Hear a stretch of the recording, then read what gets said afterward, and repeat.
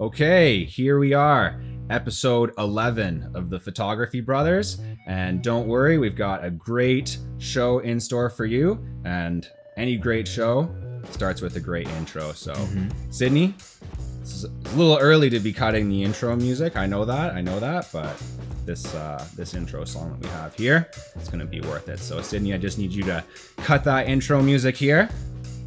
All right. And here we go with the intro. Michael's ready. I'm ready. Photo Bros. It's time to start the show. Photo Bros. It's time to start the show.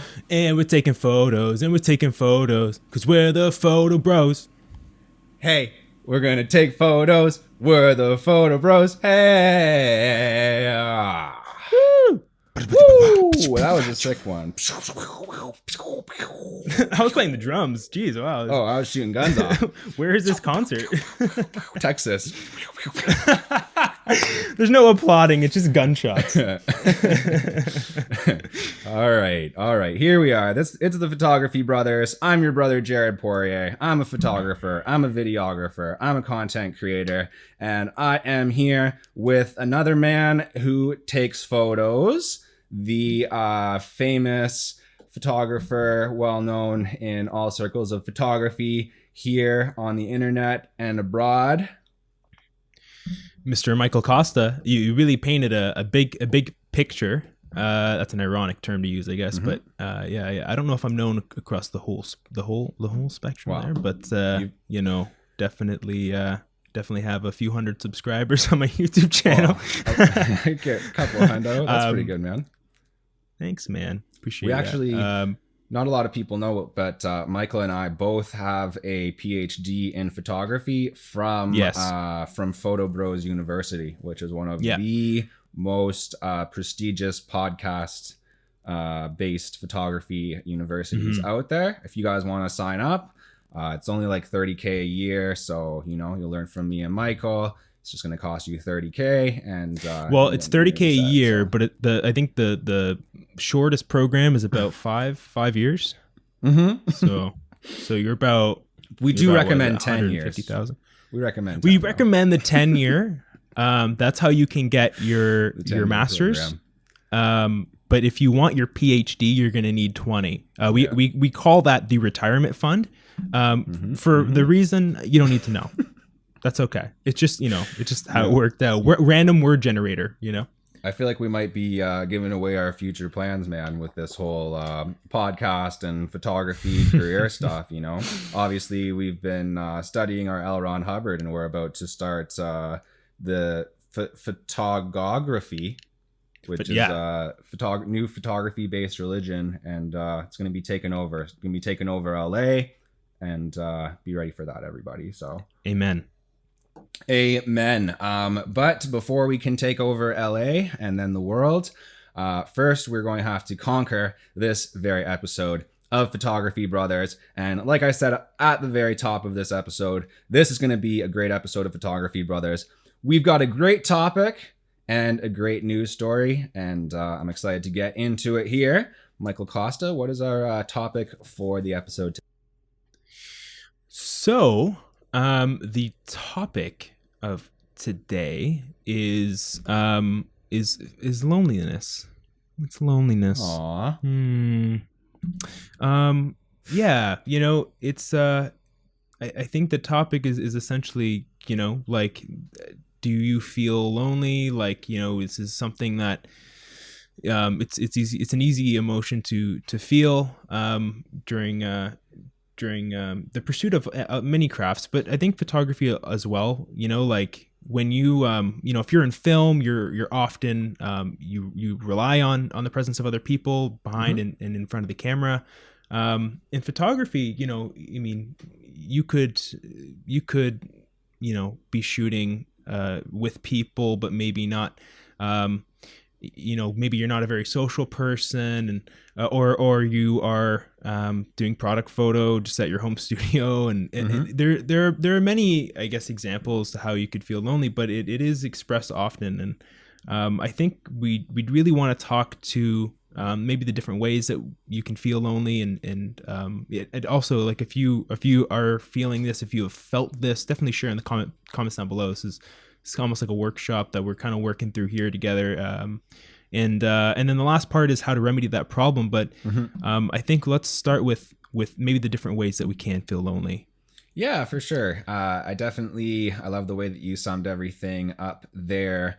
That was really well done, buddy. And I'm excited to get into this topic. There's quite a few ways that I find photography to be a bit lonely, as you mentioned, as opposed to other creative pursuits, particularly filmmaking. But there's a lot of other ones, like you could just like name a whole bunch, fashion and other things like that, or just fields in general where people are working. If you have like an office job or something like that, or pretty much any field that you could work in, there's going to be a lot of other people who are on your team and a lot of people to feed off of their energy. And that, like to go back to like the film set example, right? Like it's a shared celebration when it goes well. And it's a shared, frustration, I guess, if something doesn't go well. And a lot of the time, let's be honest, in photography, it's just you and your camera, and you're out there shooting the photos. And yeah, I mean, sometimes you're gonna have huge victories, and sometimes you're going to have defeats, and kind of seems like, as opposed to a lot of other creative fields or otherwise, that you end up kind of just having those celebrations yourself. or you have to suffer that crash by yourself, right? Yeah, exactly. So kind of dealing with all of that, that type of situation of the loneliness of photographers. The other way that I find photography can be a little bit lonely is just in the fact of like the knowledge that you gain and everything in photography. You kind of, and I'm sure like I've experienced this, and I think you've probably experienced this too, Michael. No one knows what you're talking about anymore. Yeah. There's things that you get like super excited about. They just released this new camera. It does like 4K 120 or whatever, and it's just like other people don't even have any frame of reference for like why you care about that. Or I just got this new lens and it allows me to do like wide angle, or it allows me to do zoom, and the aperture is this, and like you're so excited about it, right? You're like, yeah, f 1.4, and everybody else is just like, dude, I don't care. I do not care. I'm like, I shoot photos, sure, on my iPhone, put them on Instagram, but so yeah, as you like kind of learn, it's almost a bit of an issue with the field of photography that I think we'll need to address here. Is kind of the better that you get at it, the more that you learn, the more that kind of separates you from other people. And this is true in other fields as well, but as we were saying, a lot of other things are collaborative efforts, right? So yeah. Any other things coming to mind for you? So I think like one that we've kind of summed up in a few areas is just, like when you're getting started as well, like just, when you're getting started, you might not have picked up the camera due to someone that you know or are related to. You may have just picked it up because someone sent you a Peter McKinnon video and you thought it was really cool, and so you wanted to start doing it. And maybe you're walking around taking photos and stuff, but you're lacking kind of the interaction element of it, which is so big. And so, you might just be experiencing it and practicing it alone. And of course that can be lonely. The other element too is I guess this is more of a reason that is relevant to today, a more relevant topic to today, but is the pandemic, right? Like, it's kind of a twist on on this, but it's true. A lot of us loved to go and shoot around with friends, or had clients that we loved to go and shoot for, and we just can't do it right now. And so, even in the context of what we're doing here right now, I'm sure me and Jared would have loved to be sitting across the table from each other and shooting this, and we were lucky enough to shoot episode 1 that way, but right. But the pandemic has as well been an influencer in the topic of loneliness for sure. Yeah, it's a lonely time for everybody, right? But then you're taking like the loneliness of photography and kind of compounding it with the pandemic. I know this is starting to sound a little bit dark, guys. We are going to get into the solutions here. Yes, yeah, there's a bright side. Solutions, yeah. After we're done staring into the void of loneliness here, but you know what I mean. Like people are working from home and stuff like that, but like when I look at like even to use my girlfriend Masha, another person who doesn't understand what I'm talking about, her job, normally she would be in like an office setting around a bunch of other people. She's working from home, but she's still in a Slack with like a whole 20 or whatever other people, and there's a lot more teamwork and stuff involved with that. And with my job, I mean, I do like video editing and whatnot, so there is more teamwork from that point of view. But I spend a lot of time shooting photos and YouTube videos and whatnot by myself, and yeah, it definitely can be pretty lonely for sure, especially in these times. But maybe we should get into some of the solutions. Yeah, let's get into the positive here, guys. Right. It's something that can help. And we can use some personal stories here as well, Michael. I think this was a great opportunity to bring some specific examples of how you and I have addressed this problem. So what are some things that you've done to make photography less lonely for yourself, and maybe some things that you plan on doing in the future, some other ideas around that? Yeah. That's actually a great transition, man. I did plan on sharing a story, and it starts maybe it's a good transition because it starts in a sort of a negative place, but then goes into kind of the lighter solutions that we're talking to right now. So,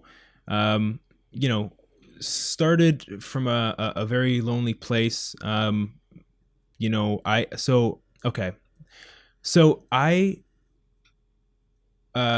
I used to take photos maybe 8 or 9 years ago. That's probably when I started picking up a camera and kind of walking around taking photos. But a lot of that was, just me by myself going to downtown Toronto and walking around taking photos. And it's beautiful. With what cam? The T3i. Oh. T3i, yeah. And Plastic Fantastic. That lasted me too long. I love it, man. Yeah, that's man. Great. Great low light on that cam. Oh man, it is. Yeah, like you basically, if the sun has even begun to set, I mean, it's always I guess beginning to set, but if that sky starts to turn a little orange, you're going home. Yeah. Like it's even golden hour is a push, but that's just how I was used to experiencing photography. And there were a couple of odd times, of course, me and a friend would go out, but that's just how I was used to expressing it. And there was a girlfriend that I had at that time who had broken up with me. And big mistake. Yeah, well, I don't know. But anyways, of course, like anyone, you're really down and I know. Yeah. I appreciate that, man. But I was really down about it, and of course, everyone would be. And I guess just the way that I was used to experiencing photography wasn't. I didn't see it as a great outlet for me. Like I didn't want to go downtown by myself and just take photos. And then there was one night, a good friend of mine. His name's Ryan. I want to link him down below because he deserves a shout out. All right. I was doing a lot of intoxication, a lot of drinking, and stuff, and that's really all I wanted to do. And in Canada Day was partying. The day. There's lots of partying by myself, and so one day it was Canada Day, and I was like, hey Ryan, like, do you want to just go to a bar, grab a drink? And he's like, nah, man, listen, I want you to trust me. We're going out. Okay, I'm like, okay.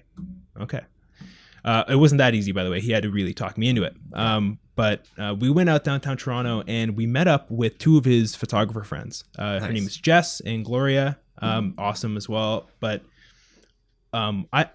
the night went really well. Like I learned about community that day. Like we just walked around at 3:00 in the morning, taking photos of each other and like practicing posing and practicing light techniques. And it was like this whole element of photography that I just never thought to experience was community. And especially if you're in like a hotspot like Toronto, like New York and California, like there are tons of people. And unfortunately, again, like we mentioned earlier, the pandemic right now is maybe not time to do this specific solution, but as it passes, really try to get out there, go to photo walks and meetups. And there's so many of these all the time. And it's a great way it's almost like a refreshing new take on how you experience the art. And, the added benefits are also that you get to of course make some new friends, learn from them, and yeah, it becomes a lot more than just you and your camera. It's you and the community and getting excited about this thing with somebody, right? Nice, man. That's really interesting because it overlaps a lot with how I got into photography in a lot of ways. I can get into that a little bit. I think it would be kind of enlightening here. I too started on a Canon T series camera, a little better than yours though, I gotta say. I made an investment from the start, spent about $200 more than Michael Costa on my first camera.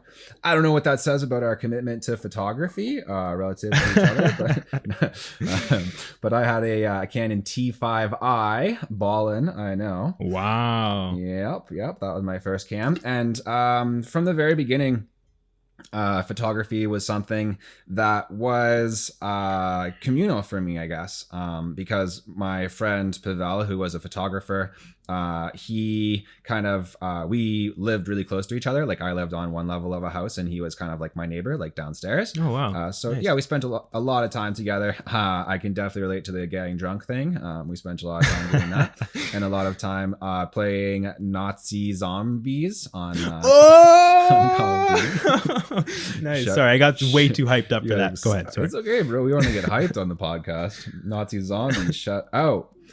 Yeah, we played a lot of Nazi zombies, and then we would sit there playing Nazi zombies and eating craft dinner and talking about how we could be taking photos. But he was a great photographer. Well, still is. He lives in Paris now, but he got me into photography. Him combined with my friend Alexi, who is another photographer that I really admire. We'll actually link Alexi. So you got a link, I'm taking a link. We're gonna link Alexi down here. And both of those boys were Canon shooters, and that's kind of why I got into shooting Canon. And from the very beginning, I was able to, and there was YouTube and stuff like that got me into it. Like Casey Neistat is one example of a YouTuber who really got me excited about like photography and content and whatnot. Cool. But yeah, from the very beginning, it was something that I could do with my friends and kind of like get at least, even if I was shooting a lot of my photos alone, there would be times that we could meet up with our cameras. We could do some shooting and talk about photography and kind of, especially Alexi was a lot of the talking was just him teaching me stuff about photography, which I really appreciate. But yeah, I mean, does that continue for you today? Like we've talked to our experience kind of coming up in photography and how we were, able to make it more of like an exciting thing and something that was like a shared experience with other people. Do you still do a lot of that? Like, what are some things that you're doing now to kind of, make it less lonely and make it more of a communal thing?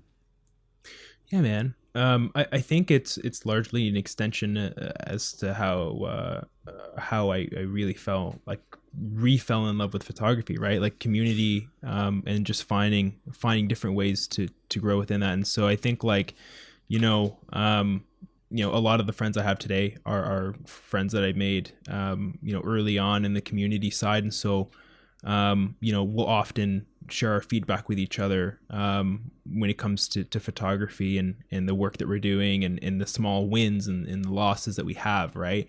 It's so important to have that support system and to have, our partners are great for that, but there's, it's to a degree where sometimes they don't completely understand. And that's understandable, of course, right? Like anything. But, to be able to speak to someone and for them to be like, oh man, yeah, you know what? That really sucks, man. But it's cool, it is really, really important. And so, Yeah, I think it's largely just like continuing to exist within the communities that you got into, continue to expand and join social networks. And Facebook has a ton of great Facebook pages and groups. LinkedIn has some groups as well, but Instagram, 500 Pixels is a great site. If you're based out of Toronto, they constantly have events where they bring people in and they have their models and they have free beer. Really good time. So yeah, I think that's a couple of ways there. And then the other aspect of it is, I think finding artists that you really, really appreciate, and sometimes they'll reply, sometimes they won't. But if you reach out and try to create a feedback loop with them, like that's really inspiring and motivational. And it's someone who might be ahead of you, who can truly understand, but also help you see where you to go from there because he's experienced it or she's experienced it. So I think having those mentors in your life that exist in that space are also really, really important.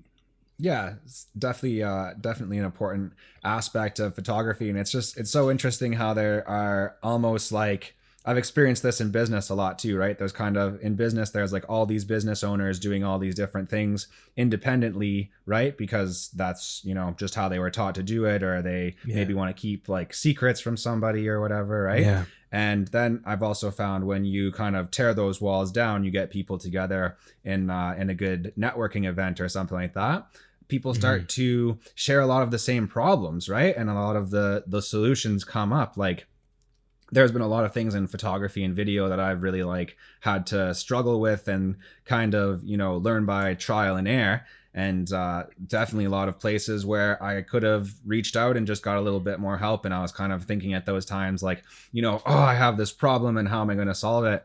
And something that's definitely true that I've learned in photography, but also in business, is that like, most of those problems, you're not as special maybe as you think. I mean, you are special. I don't want to tell you that you're not, but the problems that you're experiencing in photography, chances are other people have experienced that before, right? Like maybe you're having trouble, you're taking these photos and the colors aren't coming out properly, and you're like, I can't figure this out. Maybe you talk to someone and they teach you a little bit more about like how to use the white balance, and then you're like, crap, okay, now I can get this more accurate to what I want or whatever. So yeah, there's just a lot of opportunities where you can lean on other people, like events that you were talking about, like networking events, especially photography specific ones, can be great.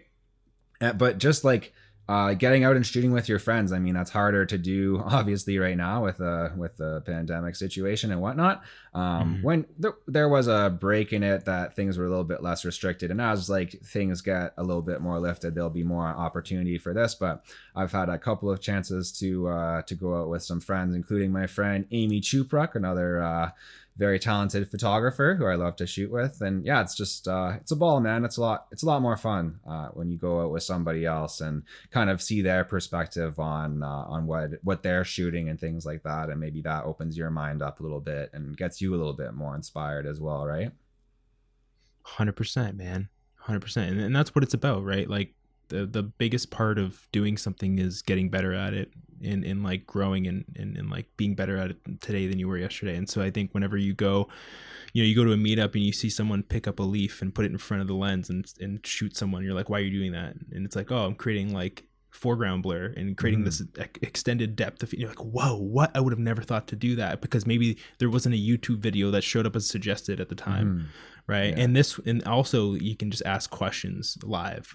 So like I think the beautiful part about that is just like, it's so the beautiful part about community is that it almost becomes more about the experience of going out and shooting and having fun and like the art aspect of it, and than it does to do with the camera in your hand and the photos that you get. It's like obviously when you get into to client work and stuff like that, there's like some of these tips are very, very applicable. But of course, you want to have great photos there as well. But more so, like from the community element that we're staying on here, it's like you know, it really, again, adds another dimension to photography and how you experience and love it. Yeah, sometimes it's not all about the final image, right? Sometimes it's just about getting out there and shooting and what you learn in doing that, right? Just in the process of it. It's not always about the final result, but I've found that if I do go out and just try to get some photos from the point of view, like in my mind, I'm just thinking like this is going to be fun, or this is going to be some good content or whatever, maybe a good vlog. And then I end up getting some pretty freaking sick photos. Yeah. So, it's awesome what you can do when you're not trying to take a photo, a specific photo, and you're just relying on your surroundings to do so. Letting the surroundings kind of speak to it. Yeah. The meetup stuff, to meet new people, groups on Facebook, following other photographers, chatting with photographers on Instagram. All of these things are very important.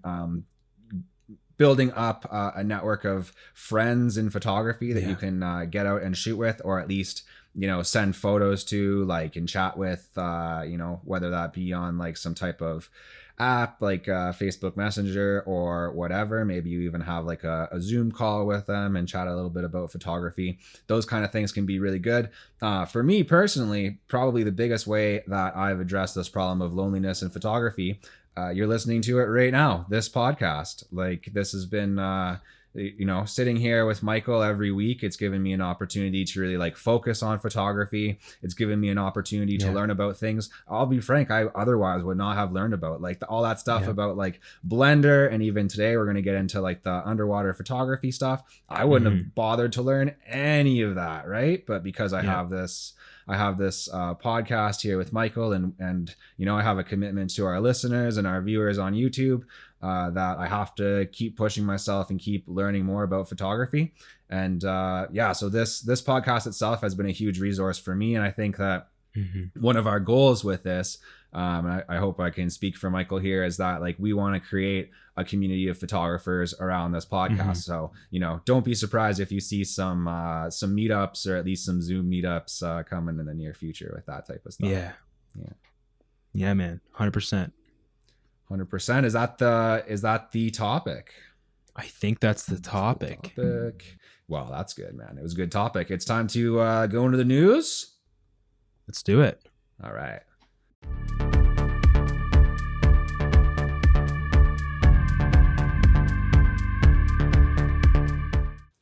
Okay, we are back, and we have some excellent photography news for everybody today. An incredibly interesting story, incredibly inspiring to me, and not just because I'm a nerd. Some things I get inspired about for very nerdy reasons, but I feel like, and hopefully Michael will back me up on this, I feel like this is a very great topic in terms of general public interest, right, Michael? This topic's sick. This story, I mean. It is very, very cool. And maybe it'll inspire some of you guys to try this out too.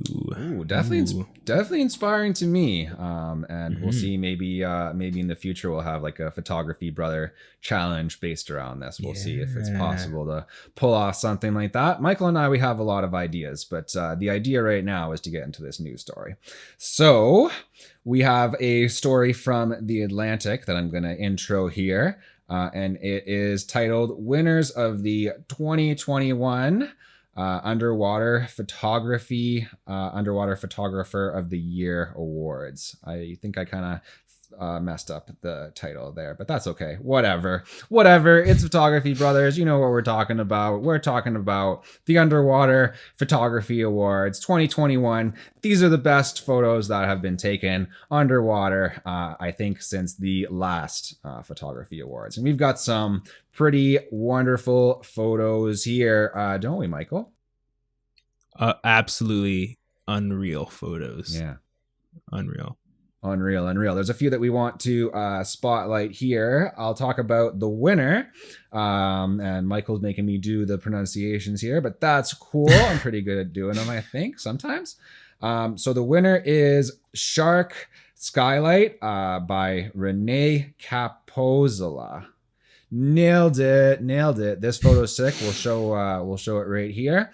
For our viewers on YouTube. If you're not watching on YouTube, if you're listening on Spotify or whatever, I will link in the description the whole gallery of all these photos. You can go find them, and I'm going to tell you the names, so it should be easy. But yeah, this one, Shark Skylight, is dope, and kind of ties in with something that I know that Michael wants to talk about, which is like the crazy perspective of some of these, right? Where this one is shot from like underneath. Another really great photo is Tying In, which is pretty cool photo here, taken by S.J. Bennett, who won in the category of Best Up and Coming Photographer. So I guess she's a little bit newer in the game. And we have Best British Underwater Photographer. Weird category, and we'll get into it, but Mark Kirkland for his he won in that category for his beautiful work of photography here, While You Sleep. And this is where I have to highlight here, ladies and gentlemen, this is a historic moment on the Photography Brothers, because Photography Brothers, we've talked before about being on the cutting edge, right? The bleeding edge, all of the edges. I don't want to go into it again, but we have promised you that we'll keep you up to date with all the news around frog photography. And we are not disappointing here, folks, because this is a frog photo. And really, I think the way that I don't want to call anybody out here, but I think the organizers of the Underwater Photography Awards, you guys got to do a little bit of work on the categories here, because best frog would be a much better category. So 100%. Anyways, I don't want to come off aggressive and stuff. I just want to say, maybe, take that advice for the next one, maybe next year, 2022 Photography of the Year. Maybe you have a category for best frog, but just to give the frogs their due. Any other cool photos that Michael Costa really was loving?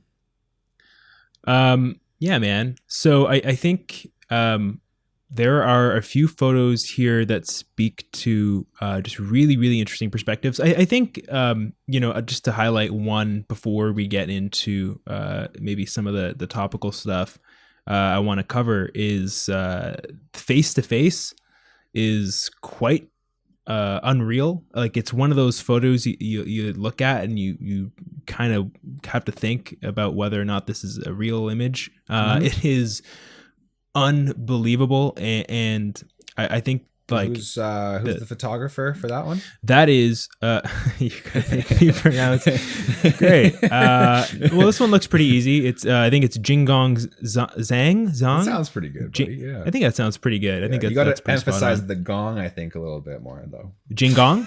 I don't know. Jingong Zhang. I have no idea. I think is how it's pronounced. But great job, Michael. The color obviously comes through, and that's beautiful, but it's really just like the intimacy of this photo and the and just like the scale of it. Like, these are probably tiny little guys, and the impressive not to cause a disturbance and have them kind of scatter away. And so that is an unreal and probably like took a lot of patience kind of photo. So really cool. A cool one, man. That's a good one to highlight too. I think it really highlights one of the things about underwater photography, and I don't know exactly how these are selected, but definitely if I was on the board here, or however it works, if I was in charge of selecting these the best underwater photos, definitely something that you want to consider is just like the challenge, right? Like, that's got to come into it. The fact of like putting yourself at risk or putting yourself in some crazy situation. Like, honestly, Shark Skylight, like, there's a bunch of freaking sharks, right? or from the other point of view, like the one that you're highlighting here, like face to face, like, how are you capturing that moment? How are you getting in close enough to those I don't know what the heck they are, crazy seahorse things, to get that photo, right? And how are you not disturbing the environment around, and how are you getting the light and everything correct? Like, it's hard enough to take a good photo freaking above the water, Yeah, I mean, the other one that honestly looks really risky is that Gothic chamber photo. I mean, that's a fairly tight space. I mean, you got your equipment, you have your gas line or your airlines or whatever. Like, you have multiple people. It's I can imagine be very easy for something to go wrong here. So that there are elements of risk for sure being being played here.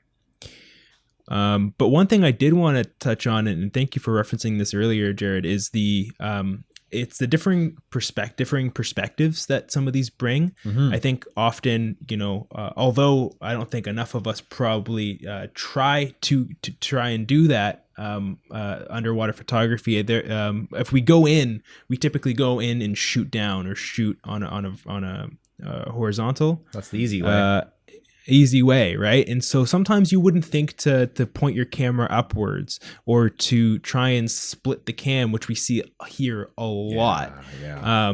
So with that above and underwater.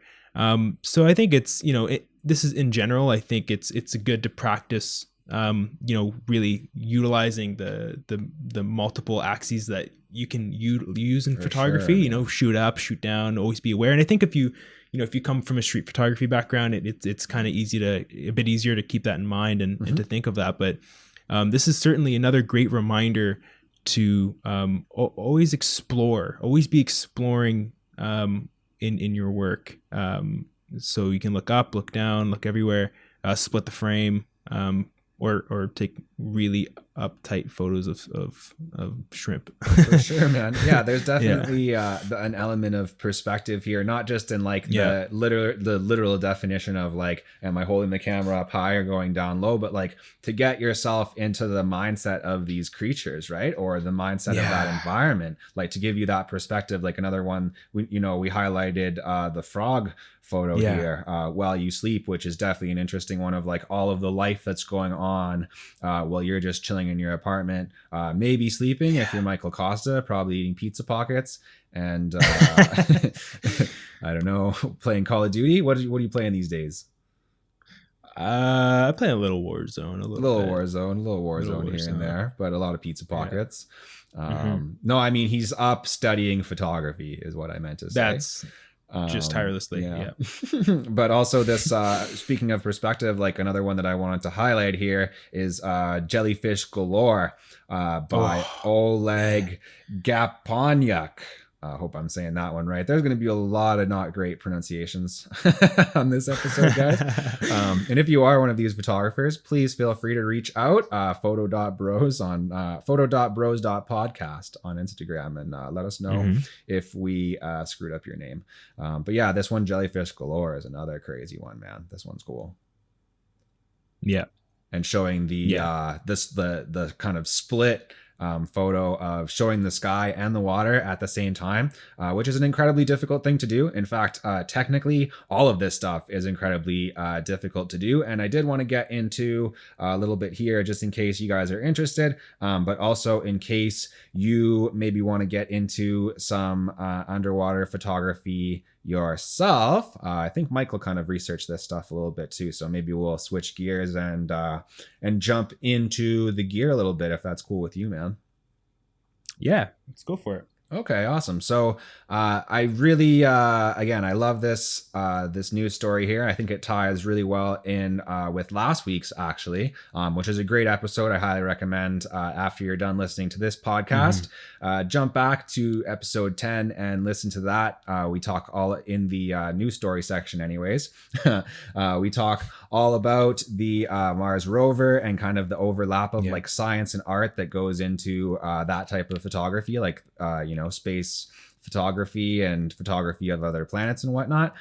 This is another perfect example of that, where some of this stuff is, in this competition, these are more artistic photos. They're meant to make you feel a certain way. They're meant, give you a sense of awe, or what we were talking about earlier, like putting yourself in the position of one of these frogs or tadpoles or whatever. But a lot of this underwater photography stuff is for like documenting undersea life and, the circumstances of coral reefs and whatnot, trying to raise people's awareness and, raise the scientific understanding at the same time of what's going on under the water. Because, as you were saying, like this is not something that a lot of people in general think about that much, and certainly something where a lot of photographers don't think about it. So some of the tools that you can use if you do want to get into this, for the really deep underwater stuff, you're going to need like a scuba setup that can be tethered to a boat or whatever, and you're getting your oxygen from there. Or you can have the oxygen on your back, depending on where you're going and how frickin' nuts you are, because I would not be doing any of this. Yeah, there's also like basic snorkeling just to get some more like surface level stuff, right? You can just do that with a snorkel. Some of these photos in this competition were probably done with a snorkel. And then there's like the whole underwater vehicle aspect, I guess, if you're rich, like what's that guy, James Cameron or wherever who went down for the Titanic or whatever. So if you're James Cameron specifically, you can probably get one of those underwater submersible vehicles. So some other stuff, just to go back into a little, we'll just touch on it here quickly. I don't want to get bogged down in the details of this, but I think it is pretty interesting to know the history of underwater photography. One of the first cameras to be able to do underwater photography with 35 millimeter film was the Calypso, which is famous for being used by Jacques Cousteau, who is a very famous French explorer. And another great one, oddly enough, leading the way with underwater photography for a long time. Like we're talking like years, like 40, 50 years, man. Nikon was running the game of underwater photography with their Nikonos series of cameras that came out between 1963 and 2001, and all of these cameras you could use them up to 160 feet in the water, so super deep. And I guess if you went to 170 feet, your camera explodes, I'm assuming, is what happens. So safe up to 160, but I wouldn't even go to 162. You don't want your camera, you don't want to deal with that. You don't want to deal with that trouble. So there is under the Nikonos line, there is the Nikonos 5, which interestingly enough you can still get, and it's cheap. You can get one for like $300. Quite a few people are still using these. They've been around since 1984. In 1992, the RS came out, which you can still buy right now, way more expensive. About $1,500 you're looking at if you want to pick up one of these bad boys. But this is a waterproof camera that you can use up to, I believe, 200 feet, if I'm remembering correctly. And this is still recognized. This R6 is still recognized, even though it came out in 1992 and uses film, as one of the best cameras for underwater photography. You need very specific attributes in a camera if you're going to shoot underwater. There's a lot of things that are weird about it, and we'll get into some of that in a bit. But people are still using this, and interestingly enough, one of the main people who use this is the U.S. military, and they actually had, again, very interesting from a photographer perspective. In 1992, they had Nikon and Kodak team up to make a digital version of this camera. So basically taking the R6 and putting a digital back on it. We'll show some pictures of that. Pretty crazy. Definitely got me thinking, like, we're talking a lot about Nikon and stuff like that, kind of wondering why they don't, since they were kind of leading this field, why they're not into it a little bit more. And just one more camera that I do want to talk about here, just because it kind of made me laugh. It was the Nikon AW1, which is waterproof up to 50 feet. It has 15 megapixels, but not great reviews. And I just want to read this review because it made me laugh. It said, "A few grains of sand can end the AW1's life," which I just thought was sad.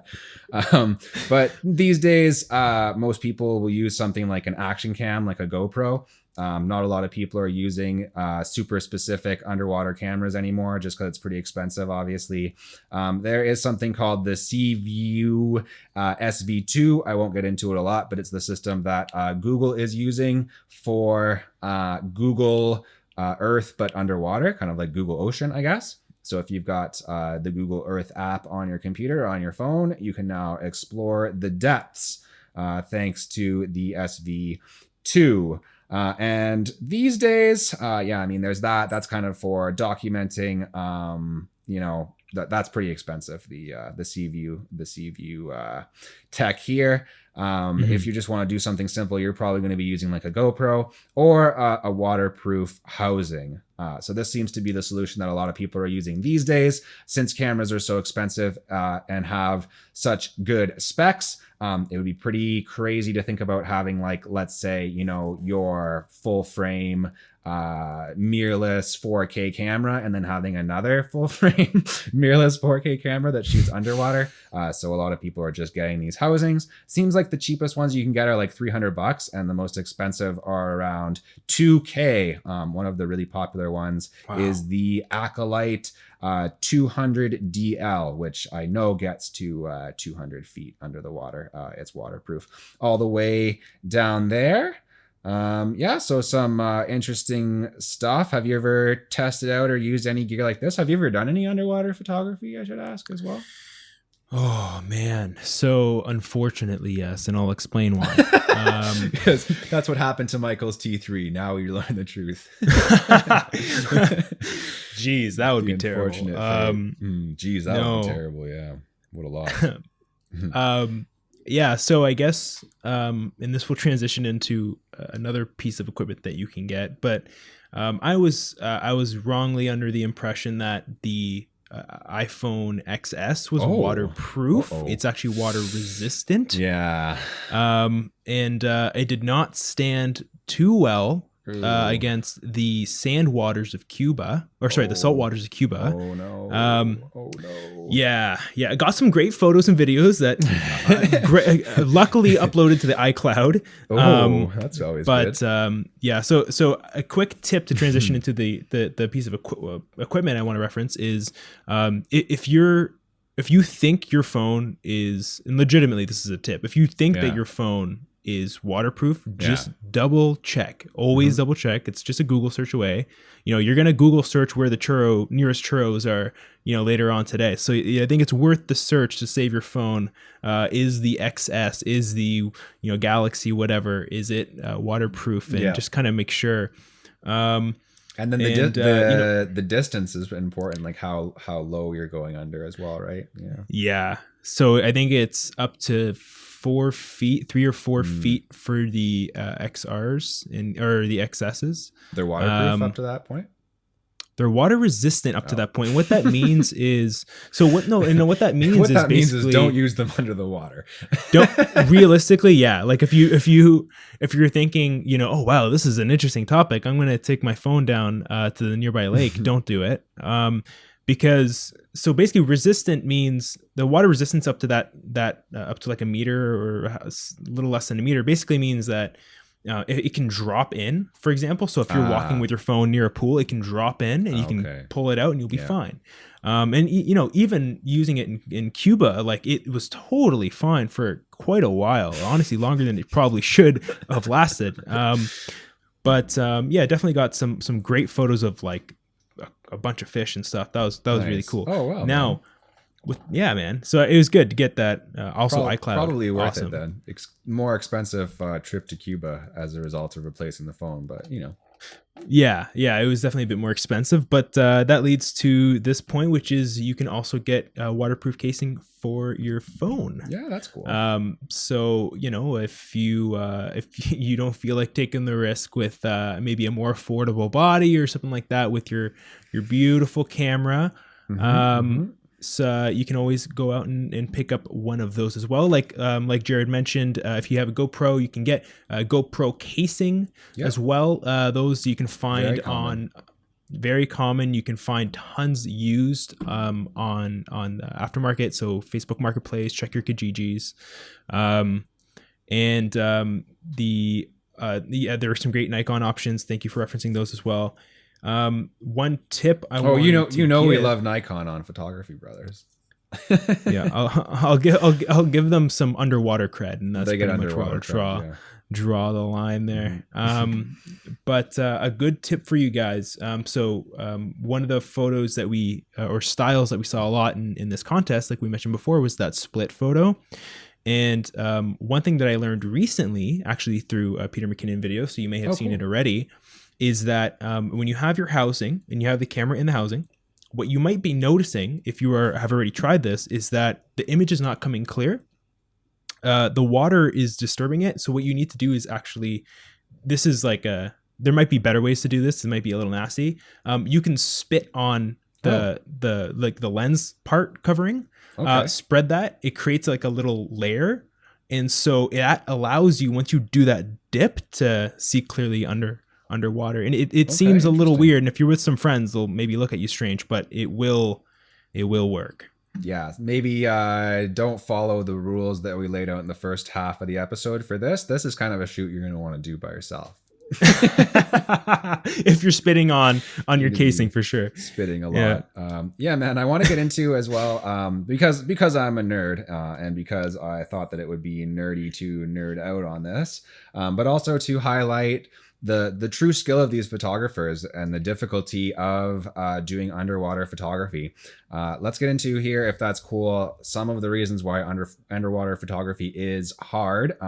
Is that cool? Mm-hmm. Nice. Yeah, let's do it. Nice. I mean, I was going to do it anyways, but I'm glad that you... I'm supportive. I'm glad you're supporting me. So we've talked about probably the biggest hurdle, and maybe the most obvious one. You can't just grab your camera and go underwater with it. Mm-hmm. Good way to break your camera. Really probably one of the best. Probably one of the best ways to break your camera, and also you're probably not the leading. The number one, other than just dropping on the ground. I mean, smashing it on the ground is a pretty easy way. Maybe take a bath with your camera. But we're not here to give you tips on how to break your camera. We're here to give you tips on underwater photography. Something that I don't know anything about, but I researched it, so now I do. So the biggest problem that you have is just in the nature of underwater photography and the fact that water refracts light. So there's this issue of refraction, and what that means essentially is whenever light comes in contact with something like a lens or some type of medium, water, your eyeball, your camera lens, anything like that, these can all be considered like mediums for this purpose. It actually bends the light and slows the light down a bit, which I don't fully understand. Again, not a physicist. I am a photographer, so I know about enough that I need to know. But a lot of problems are getting created by the fact that water is refracting light in a very different way than we're used to on land. And some of the things that come up, some of the problems that come up because of this refraction of light in water. The first thing is that wide angle lenses are normal lenses underwater. So very, very strange thing. But this came up when I was looking at all of these underwater photography websites and underwater photography cameras, and they're all wide angle. And I'm sitting there being like, all these photos aren't all wide angle necessarily, right? So what's going on here? So the thing is that just because of how light interacts with water, it turns out that a 35 millimeter lens is effectively a 50 millimeter lens. So I have one right here, the Plastic Fantastic Canon 50 millimeter. Hey, shout out to the Plastic Fantastic, or the Nifty 50. The lens so good that it's got many nicknames. And yeah, this thing is an amazing lens, and it replicates the human eye in terms of how wide you're seeing. If you took this lens in the water, that wouldn't be appropriate. You would want like a 35 millimeter, which again would be a little bit wide above water. But in the water, it's like shooting on a 50 millimeter. So I thought that was interesting. Also, things, you know, those like when you're driving in your truck, Michael, in your, I'm assuming you got I have an Edge baller truck, right? An Edge, a Ferrari Edge. When Michael's driving around in his Tesla Ferrari Edge, he looks down at his mirror, and what does it say there? Look at my mirror, and what does it say? Yeah, what does it say on your mirror? Oh man, I don't know. I haven't read my mirror. It says objects in mirror closer than they appear. Oh. Yeah. And that's also a problem underwater, but you actually have the opposite problem.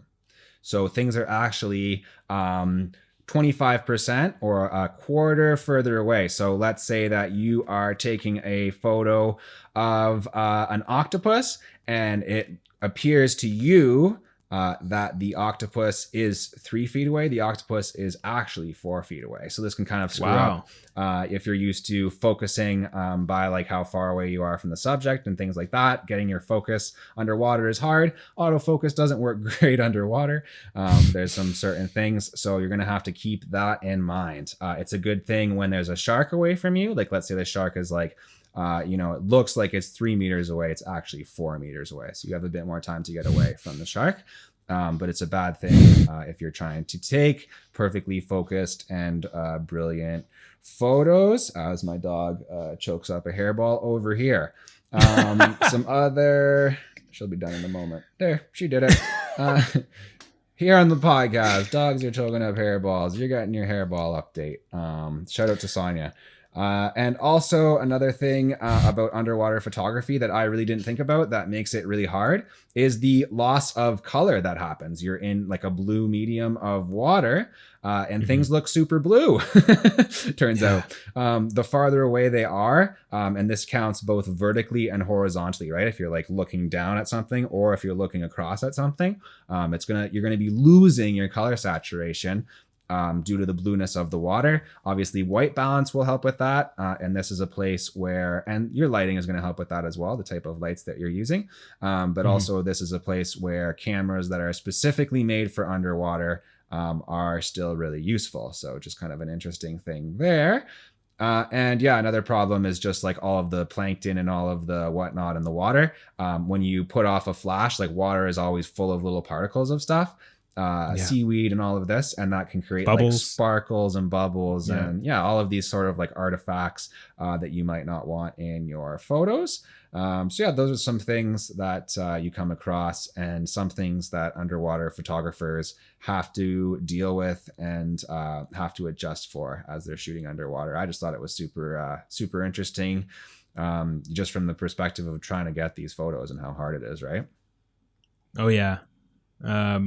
There are some very interesting photos that are quite difficult to get. If you guys get into the Planet Earth series and stuff, they almost every episode they're always they'll visit some sort of underwater body, and it's like the difficulty, the complexity of those shots, the outstanding work that they do. It's crazy. So if you're looking for some more ways to get inspired by underwater photography and visual art, then that's definitely something you can do. Highly recommend the 7 Worlds, 1 Planet docuseries. Really, really good. Some incredible underwater photography. Also wanted to highlight a really talented individual. I came across him on Instagram. I believe his name is pronounced Gruet Florian. He's French, so I probably pronounced that wrong. I fully acknowledge that. It's okay. Either way, we're gonna link it down below, so you don't really have to know how to say it or spell it. You just click on a link. Yeah, but no, definitely very talented. Another way that you can another outlet to learn from. Utilizes water very well, and sometimes that's just using the exterior of it. Sometimes a lot of the time he's under the water, and it's cool because there's a lot of underwater portraitures which we haven't been able to really talk to because typically you'd capture sea life in this contest. So. Cool, some really, really inspiring work that can really get you on your way. I will check them out. And I think we'll give everybody an opportunity to get out and check out some brilliant photographers, because I think that's the show. Can I have one quick tip? Oh, one quick tip. We got a tip. Well, we got a couple of things. We got a tip. We got a shout out, and then we'll get out of here. And then you can go check out photographers. But first, a tip. All right. I just want to say, if you are in Toronto or are thinking of going to Lake Ontario to do this, don't do that. Okay? You will die. I'm pretty sure. You will probably. Lake Ontario is disgusting. So I swam in Lake Ontario, bro. Okay, well, this is why he's a genius super mutant. Okay, because he went in and he came out. This is why I have gills now. Yeah, turn around, show everyone your gills. This is what, now you expose me. This is why I want to cover this underwater photography story. I've got an edge as a guild photographer. All right. Mm-hmm. So go ahead if you want to go to Ontario Place, hop in Lake Ontario, take some photos. Oh, jeez. Give her, I say. Go for it. Let us know if you made it. Good for the immune system. And comment down below if you made it. Beautiful. That's the only tip? Oh, that was more of a joke okay. than anything, but also strongly recommended. But yeah, more of a humorous gesture. Fair enough. I strongly recommend you go for it. Okay. Well, the lawsuit isn't on my hands. Oh boy. All right. Maybe don't then. If we're talking legal matters, then only swim in approved areas. That's right. That's what the PHOTOBROS say. Keep it safe out there.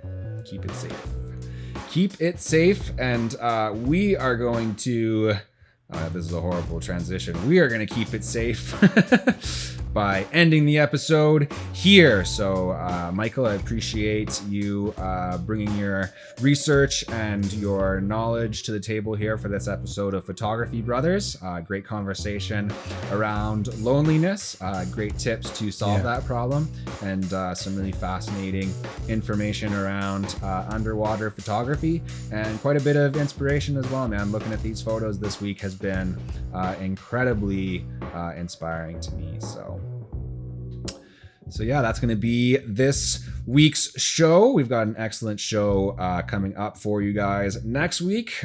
We are bringing you episodes of Photography Brothers each and every week. And before we go, I just want to give a thank you to our editor, Sydney. We're going to give a shout out to Michael Costa's girlfriend, Alexa. Shout out to Alexa. Shout out to my girlfriend, Masha, for putting up with my ass. And thanks to my dog, Sonia. And thanks to you, Michael. And thanks to our listeners. Thank you.